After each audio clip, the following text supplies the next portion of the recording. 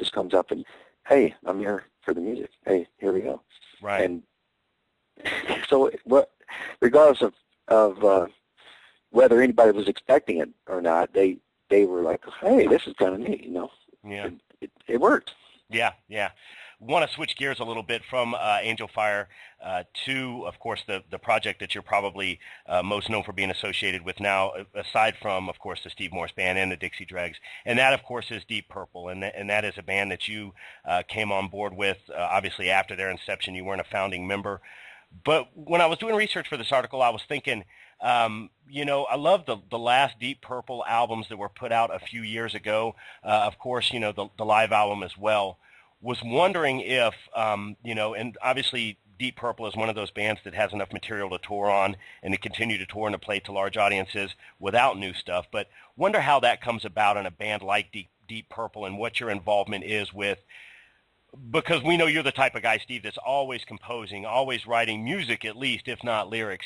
Has there been talks with Deep Purple about new material, or is that something that's always kind of put on the back burner aside from tours and things? Well, it's a team of people. First of all, you got the booking agent whose main interest is in booking the band. Right. You got the manager whose main interest is in, you know, keeping the band, earnings alive, which is what he lives on. You know, the commissions, and then you got the band members who have all kinds of multi-interests in the band, and everyone has a different opinion, you know, politically, musically, and what we should be doing with our time.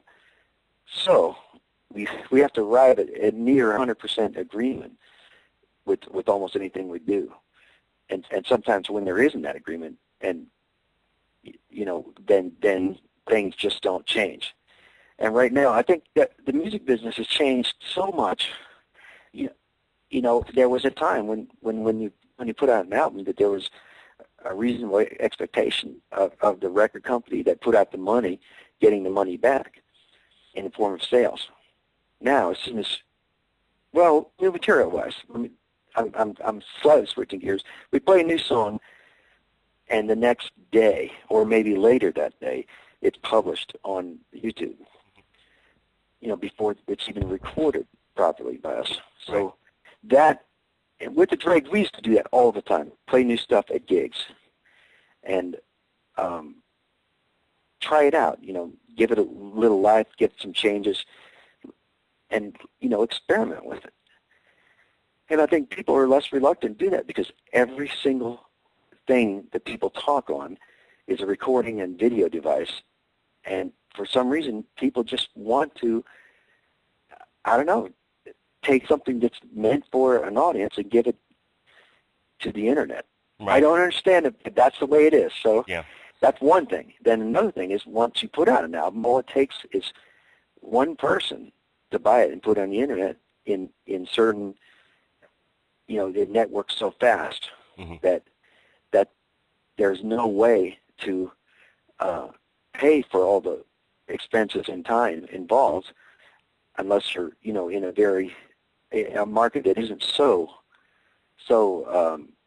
I don't know, some computer literate or computer accessible, which I don't know what market that's going to be soon. You know? Yeah.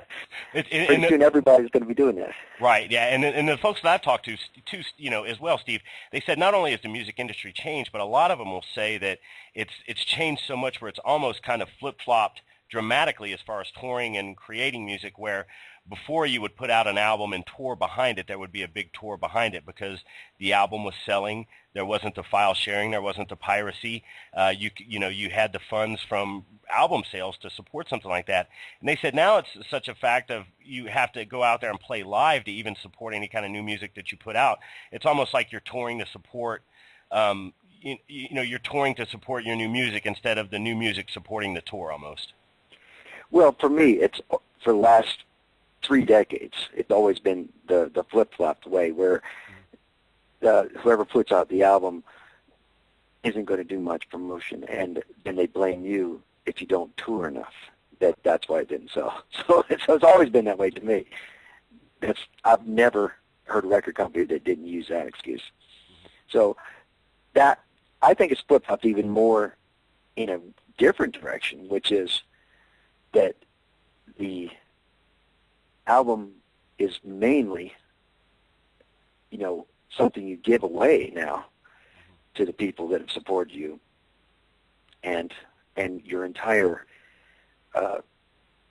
compilation of your life's work, including your new stuff and old stuff, is what sells the tickets, not anything new or on the charts. Mm-hmm. And again, that's at the level that an underground level, which is where I've always lived. If you're on TV or have a current video, of course there's a different thing. You're getting sensational multimedia exposure. Right. Which has never been part of my career. Yeah. Yeah. Well, I know, Steve, you've always been a guy, I think, and just what I've read and what I can kind of sense from the stuff that I've seen, is you're a guy that's just like, hey, get me out there to play. I'm a musician. Never been a guy that's worried about sales, I think, or anything like that, just worried about the integrity of the music. And I think that that's the stuff that's really endearing to people, and that's what's going to keep, people coming back. Well, one thing I could say for sure is that the